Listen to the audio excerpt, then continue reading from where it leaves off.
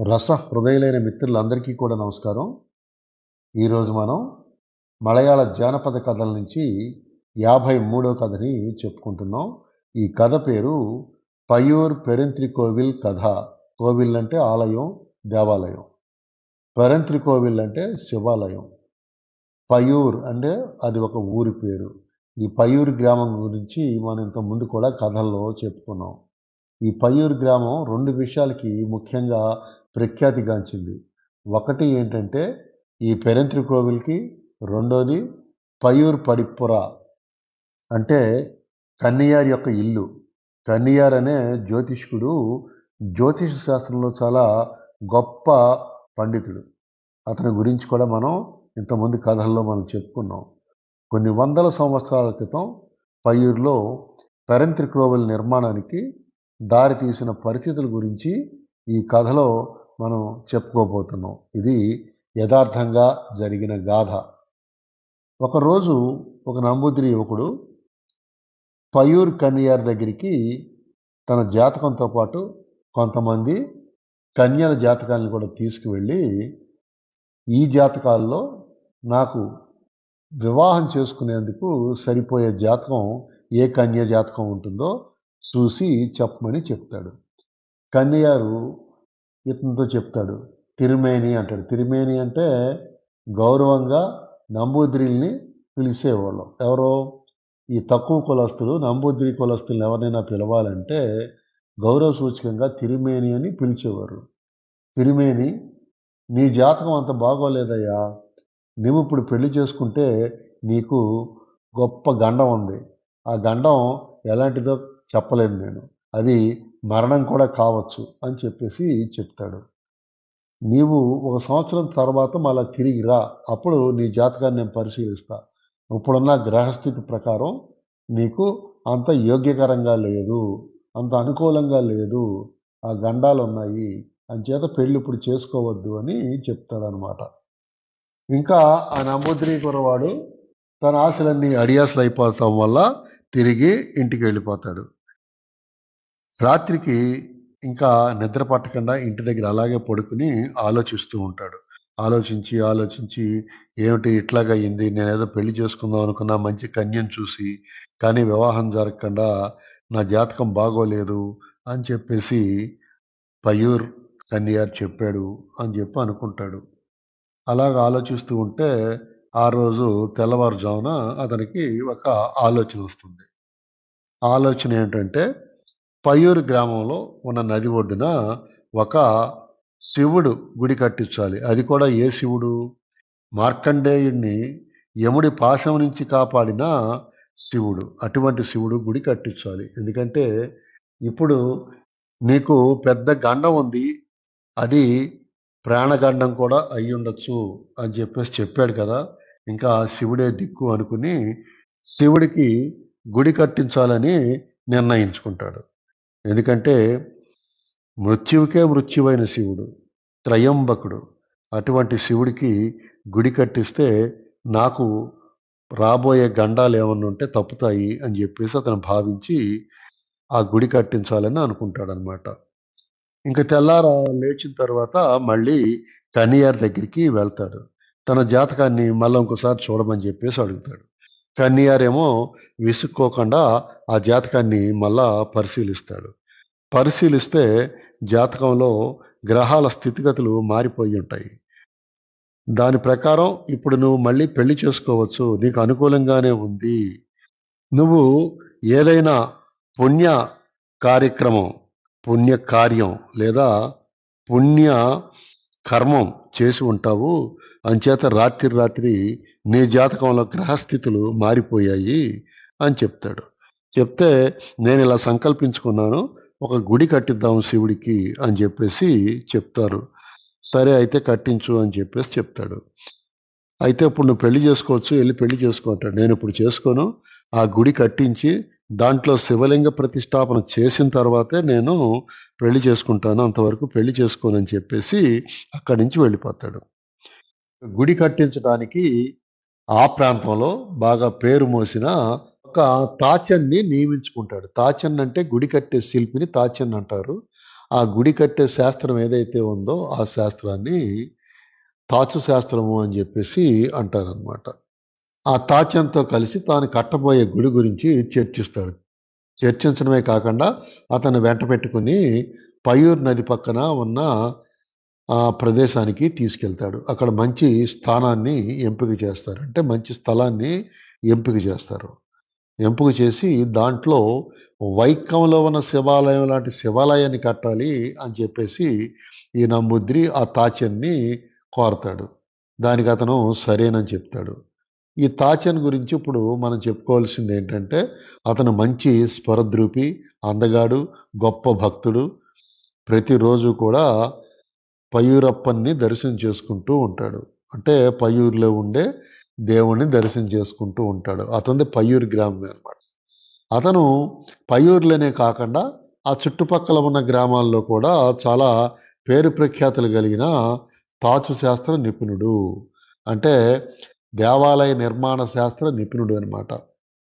అంచేత ఎప్పుడు ఏదో గుడి కట్టడానికి అతన్ని మలయాళం దేశంలోని వారు పిలుస్తూ ఉండేవారు. అంచేత దేశం నలుమూలలకి ఆహ్వానాలు మన్నించి ఇతను వెళ్ళి ఆ గుళ్ళు కట్టిస్తాకి ఏర్పాట్లు చేసి దానికి ఒక ప్రణాళిక రచించి అంటే ఒక ప్లాన్ గీసి చేయిస్తూ ఉంటాడనమాట. ఆ రోజుల్లో ఉన్న ఆచారం ప్రకారం ఒక తాచన్ ఒక గుడి కట్టించడం మొదలు పెడితే అతను నియమ నిష్టలన్నింటినీ కూడా పాటించాలి. ఆ నియమనిష్టలు ఏంటంటే బ్రాహ్మణులు ధరించినట్టు యజ్ఞోపవేతాన్ని ధరించాలి. అలాగే గెడ్డం చేసుకోకుండా గెడ్డాన్ని పెంచాలి. ఈ 2 నియమాలు తప్పకుండా పాటించాలి. ఆ తాచెను చాలా గుళ్ళు కట్టించేందుకు ఒక ఊరు నుంచి ఒక ఊరికి తిరుగుతూ ఉండేవాడనమాట. అంటే ఒకేసారి 4, 5 ఏళ్లలో 4, 5 గుళ్ళు కట్టించే అవకాశం అతనికి దొరికేది. అంచేత ఆ గుళ్ళో పనివాళ్ళు ఎంతవరకు పనిచేశారు, ఎలా చేశారు, ఏంటి చూసుకుంటానికి తిరుగుతూ ఉండేవాడనమాట. అతనికి గెడ్డం పెరిగిపోయి ఉంటుంది. ఎందుకంటే చాలా ఊళ్ళో చాలా గుళ్ళు కట్టిస్తున్నారు కదా! ఆ గుడి కాదు కదా! యజ్ఞోపవేతం కూడా ఉండటం వల్ల అతను బ్రహ్మవచ్చస్సుతో గొప్ప నంబూద్రి బ్రాహ్మణులాగా కనపడుతూ ఉండేవాడు చూసేవాళ్ళకి. ఒకరోజు కయంకులం రాజావారు ఈ తాచెన్ని వెంట పెట్టుకు రమ్మని తన మనుషులను పంపిస్తాడు. సరే కదా అని రాజుగారు పిలిచారని ఈ తాచెన్ను పడవ మీద కయంకులం బయలుదేరి వెళ్తాడు. ఎక్కడి నుంచి? పయ్యూరు నుంచి. ఈ కయంకులం వెళ్తుంటే ఇతను వెమ్మనాడు సరస్సు దగ్గరికి వచ్చేటప్పటికి ఆ సరస్సులోకి ప్రయాణం చేస్తుండగా అతనికి ఎదురుగుండా ఇంకో పడవ వస్తూ ఉంటుంది. ఆ పడవలో ఎవరున్నారా అని చూస్తే అంబలప్పూయి రాజైన శంబకశెర్రి తంపురన్ గారు ఉంటాడు. దూరం నుంచి ఈ తాచెను చూసి ఆ శంబకశెర్రి రాజా గారు ఏమనుకుంటాడు, ఇతను ఎవరో గొప్ప రాజవంశ నంబూద్రి అయ్యుంటాడు, చాలా గొప్పవాడు అయ్యుంటాడు, అట్లా కనిపిస్తున్నాడు అని చెప్పేసి ఆయన తన పడవలోంచి కూర్చున్నవాడల్లా ఒకసారి లేచి నిలబడి ఈయనకి నమస్కారం చేస్తాడు. అంటే అభివందనం చేస్తాడు. నంబూద్రిని గౌరవించాలి కాబట్టి ఆ సాంప్రదాయ ప్రకారం లేచి నిలబడి దండం పెడతాడనమాట. ఈ శంబకశెర్రి రాజు గారికి కొంచెం నత్తి ఉంటుంది. అంచేత నత్తిగానే మాట్లాడతాడు.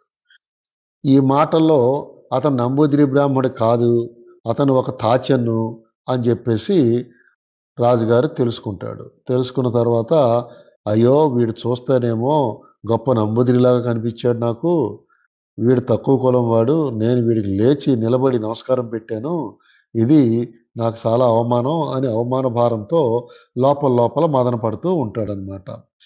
ఈ తాచెను కూడా కొంత నత్తి ఉంటుంది. అంచేత ఇతను కూడా సమాధానాలు రాజుగారికి నత్తిగానే చెప్తూ ఉంటాడు.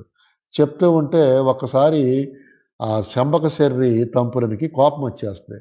నాకు నత్తి ఉందని చెప్పేసి వీడు ఎక్కిరిస్తూ నన్ను నత్తిగా మాట్లాడుతున్నాడు. అంచేత వీడికి ఏదో శాస్తి చేయాలని చెప్పేసి ఆ కోపం బాగా పెరిగిపోయి తన పడవలోంచి ఈ తాచెను పెడుతున్న పడవలోకి ఒక్కసారి దూకి కత్తి తీసి ఆ తాచెను యొక్క తలని ఖండించేస్తాడు. ఖండించేటప్పటికి తాచెన్ను చనిపోతాడు. ఈ సంఘటన జరిగే సమయానికి అక్కడ పయ్యూరప్పన్ గుడిలో శివిలి జరుగుతూ ఉంటుంది. శివిలి అంటే దేవుడి యొక్క ప్రతిమని ఏనుగు మీద కూర్చోబెట్టి దేవాలయం 4 పక్కల తిప్పి ఊరేగించి పూజ చేస్తారు. ఆ పూజ జరుగుతూ ఉంటుంది. ఆ పూజ జరుగుతూ ఉండగా ఒక్కసారి గుడిలోంచి దైవ వాక్కు వినపడుతుంది. నా తాచెను హత్య గావింపబడ్డాడు. ఇది నేను భరించలేను. వెంటనే గుడిని మూసేయండి. ఆ తిడుంబు అంటే చెప్పాం కదా ఇందాక, ఉత్సవ విగ్రహాన్ని తీసుకుని వెళ్ళి శ్రీకోవెల్లో అంటే గర్భగుడిలో పెట్టేసేయండి ఈ దైవ వాక్కు ఒకటి వినపడుతుంది. అప్పుడు అక్కడున్న భక్తులు కానీ ఆ దేవాలయ పూజారులు వాళ్ళు కూడా ఇది భగవంతుని మాటలు, భగవంతుని యొక్క ఆజ్ఞగా భావించి వెంటనే ఆ శివిలి ఊరేగింపుని ఆపేసి ఆ తిడుంబుని తీసుకెళ్ళి ఆ గర్భగుడిలోకి పెట్టేస్తారు. గుడిని కూడా మూసేస్తారు. తాచెను బతికున్న సమయంలోనే గుడి నిర్మాణాన్ని చాలా వరకు పూర్తి చేస్తారు. ఇంకా కొద్దో గొప్ప మిగిలి ఉంటుంది. తాచిన మరణం తర్వాత మళ్ళా ఆ గుడిని కూడా పూర్తి చేసి ఆ గుడిలో శివలింగాన్ని ప్రతిష్టాపన చేయించుతాడు ఆ నంబూద్రి గారు. ఇది యథార్థంగా జరిగిన కథ. ఈ కథకే అనుగుణంగా ఇంకో చిన్న కథ కూడా మనం చెప్పుకుందాము. ఇది కూడా పయ్యూరు దేవాలయం గురించే. ఈ పయ్యూరు దేవాలయం ఆవరణలో ఒక చాలా పెద్ద పనస చెట్టు ఉంటుంది. దాని వయసు ఇంత అంత అని చెప్పడానికి వీలు లేదు. ఎవరికి కూడా దాని వయసు ఎంతో తెలియదు. ఆ పనస చెట్టు ఎలా వచ్చింది, ఎక్కడి నుంచి వచ్చింది అని చెప్పే కథే ఈ కథ అనమాట. దాన్ని కీయలోత్తు వరిక్క అని అంటారు. కీయలోత్తు అంటే పాతాళం, పాతాళం వరిక్క. వరిక్క అంటే పనస చెట్టు. మలయాళ భాషలో పనస చెట్టుని వరిక్క అంటారు. పాతాళం పనస చెట్టు లేదా కీయలోతు వరిక్క. పాతాళం నుంచి తెచ్చిన పనస చెట్టు అని అంటారనమాట. దాని తొనలు చాలా మధురంగా ఉంటాయి. ఆ పనస తొనలు చాలా మధురంగా ఉంటాయి. ఆ ఊరి జనం ఆ పనస తొనలు తినటానికి ఎగబడుతూ ఉంటారు. ఈ రోజుకి కూడా ఆ పయ్యూరు దేవాలయం ఆవరణలో ఉన్న పనస చెట్టు కాసే కాయకు వచ్చే తొనల్ని చాలా ఆనందంగా, గొప్పగా, ఒక ప్రసాదంగా, మహాప్రసాదంగా తింటూ ఉంటారు ఆ ఊళ్ళో. ఇంతకీ ఆ పనస చెట్టు ఎలా వచ్చింది అక్కడికి? ఒకసారి గుళ్ళో పనిచేసే అతను బంగారు కలశ కుండలు, బంగారు కలశ కుండలు అంటే మనం కలశం చెంబులు అంటాం కదా, అలాంటి ఆ కలశం చెంబులు నదిలో శుభ్రం చేస్తాకి పట్టుకెళ్తాడు. వాటిని శుభ్రం చేస్తూ ఉండగా అందులోంచి ఒక చెంబు జారి కింద పడిపోద్ది. వెంటనే ఆ నౌకరు ఏం చేస్తాడు, గబగబా అతను కూడా నదిలోకి దూకి దాన్ని పట్టుకోవటానికి ప్రయత్నం చేస్తాడు. అది అందకుండా నదిలోకి పడిపోయింది కాబట్టి ఇంకా లోపలికి లోపలికి లోపలికి వెళ్ళిపోతూ ఉంటుంది. ఇతను కూడా ఈదుకుంటూ ఆ చెంబుని పట్టుకుంటాకి ప్రయత్నం చేస్తూ అలాగ లోపలికంటూ వెళ్ళిపోతాడు. ఎంత లోపలికి వెళ్ళినా చెంబు ఇంకా లోపలికి వెళ్ళిపోతూ ఉంటుంది. అలాగ అతను పాతాళానికి చేరుకుంటాడు. పాతాళానికి చేరుకోగానే అతనికి ఒక్కసారిగా మైకం కమ్మేస్తుంది. అక్కడ అతనికి ఆశ్చర్యకరంగా ఒక తోట కనపడుతుంది, పళ్ళ తోట. ఆ తోటలో కొన్ని పనస చెట్లు కూడా ఉంటాయి. అక్కడ కొందరు పనస చెట్టు కింద కూర్చుని పనస తొనలు తింటూ కనపడతారు. ఇతనికి కూడా ఒక పనస తొన ఇచ్చి తినమని చెప్తారు. ఇతను కూడా ఆ పనస తొనని తింటాడు. చాలా అద్భుతంగా ఉంది, చాలా మధురంగా ఉంది అని చెప్పి ఆ పనస తొన తినేసిన తర్వాత ఆ పనస గింజని జేబులో పెట్టుకుంటాడనమాట. మొత్తానికి ఆ బంగారు కలశాన్ని చేజెక్కించుకుని మళ్ళీ దాన్ని నీటిపైన తీసుకొస్తాడు, నది ఒడ్డుకి చేరుకుంటాడనమాట. ఆ గింజను మాత్రం దేవాలయం ఆవరణలో ఒకచోట గొయ్యి తీసి దాంట్లో నాటేస్తాడు. నాటితే అది పెరిగి పెద్దయ్యి ఒక పనస చెట్టుగా ఎదుగుతుంది. దాన్నే పాతాళం పనస చెట్టు లేదా కియ్యలో గత్తు వరిక్క, కియ్యలో కత్తు వరిక్క అని చెప్పేసి మలయాళ భాషలో అంటారనమాట. ఈనాటికి కూడా కనియార్ శివాలయంలో ఆ పెరుంతిరుకోవిల్లో ఈ పనస చెట్టు ఉంది. ఇది యథార్థంగా జరిగిన గాథ. ఈ పనస చెట్టు పాతాళానికి వెళ్తాం ఇదంతా యథార్థం కాకపోవచ్చు, కానీ ఆ పనస చెట్టు కాసే కాయలో ఉండే తొనలు అంత మధురంగా ఉంటాయి కాబట్టి ఈ కథని జోడించి ఉండవచ్చు. కానీ చెప్పుకుంటాకి చాలా ఆసక్తికరంగా ఉంది. ఆ రకంగా ఈ పయూర్ పెరంత్రికోవిల్ గుడి కథ ఇంతటితో సమాప్తం. మిత్రులందరికీ సెలవు. మీ ఆదిశేషు.